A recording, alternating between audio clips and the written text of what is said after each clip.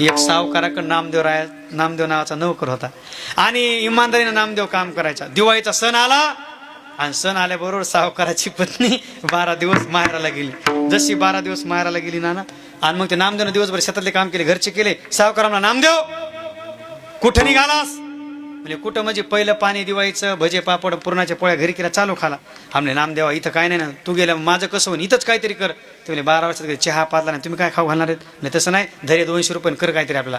महाराज नामदेव गेला, 1 लिटर दूध आणलं, काजू बदाम आले, मस्त बासुंदी करायला चुलीवर ठेवली आणि ते दूध कमी व्हायला म्हणजे सावकार म्हणजे नामा हे दूध कसं कमी व्हालंय? मला कमी झालं तर बासुंदी होती ना.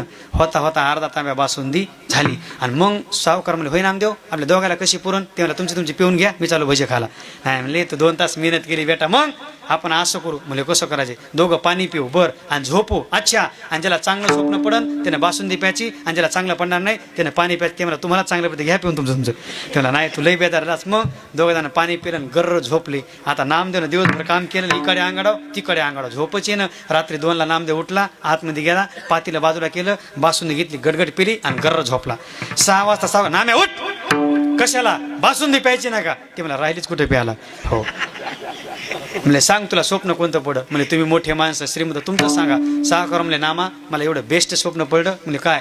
स्वर्गातल्या इंद्रदेवानं राजीनामा दिला बर, आणि इंद्राच्या गादीवर बसायला पुण्यवान माणूसच भेटणं. मग तिला उत्तमा रंबा सगळे गंधर्व खाली आले, मला उठवलं, गरम पाण्याने आंघोळ घातली, सोन्याचे कपडे घातले, गंध लावला, मला पालखीत बसवलं, स्वर्गामध्ये नेलं आणि त्या गादीवर बसवलं. मला इंद्रदेव घोषित केलं नामा, मी इंद्रदेव झालो. एवढं स्वप्न पडलं. नामा म्हणला मला लय वाईट पडलं. म्हणजे काय झालं? माझ्या स्वप्नामध्ये पिंपरीचा मारुतीराय आला, रिकामानाला हातात गदा घेऊन आला. मला म्हणजे नाम्या उठ, मला उठवलं, चला आतमध्ये. कशाला? म्हणजे गदात घालीन.